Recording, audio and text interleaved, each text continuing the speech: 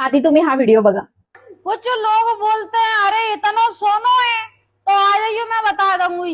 एक एक बहु 2-2 किलो सोना पहनता है हमारे घर में। अब तुम ना ले पा रहे या तुम्हारे पे ना नहीं इसीलिए तुम्हारे घमंड लगा तो। ही आहे शिवपुरीची रील स्टार रचना गुजर, जी सोशल मीडियावर आपले महागडे सोने चांदीचे दागिने आणि लक्झरी लाईफस्टाईल दाखवायची। तिच्याच घरी चोरांनी रात्रीच्या अंधारात धाडसी दरोडा टाकला। चोरांनी घराच्या भोवतीच्या तारा कापल्या, घरच्यांना बाहेरून कड्या लावल्या आणि सीसीटीव्ही कॅमेऱ्याची दिशा बदलून तब्बल 7 ते 8 लाखांच्या मालमत्तेवर हात साफ केला। पण मला या घटनेत चोरांचा अजिबात दोष वाटत नाहीये।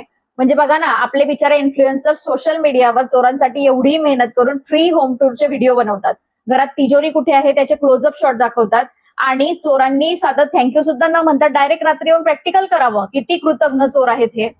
त्यात गंमत बघा, चोरांनी फक्त सोनच नाही तर घरातली एनर्जी ड्रिंक सुद्धा चोरली। म्हणजे बिचाऱ्यांनी चोरी करताना सुद्धा स्वतःच्या आरोग्याची पूर्ण काळजी घेतली।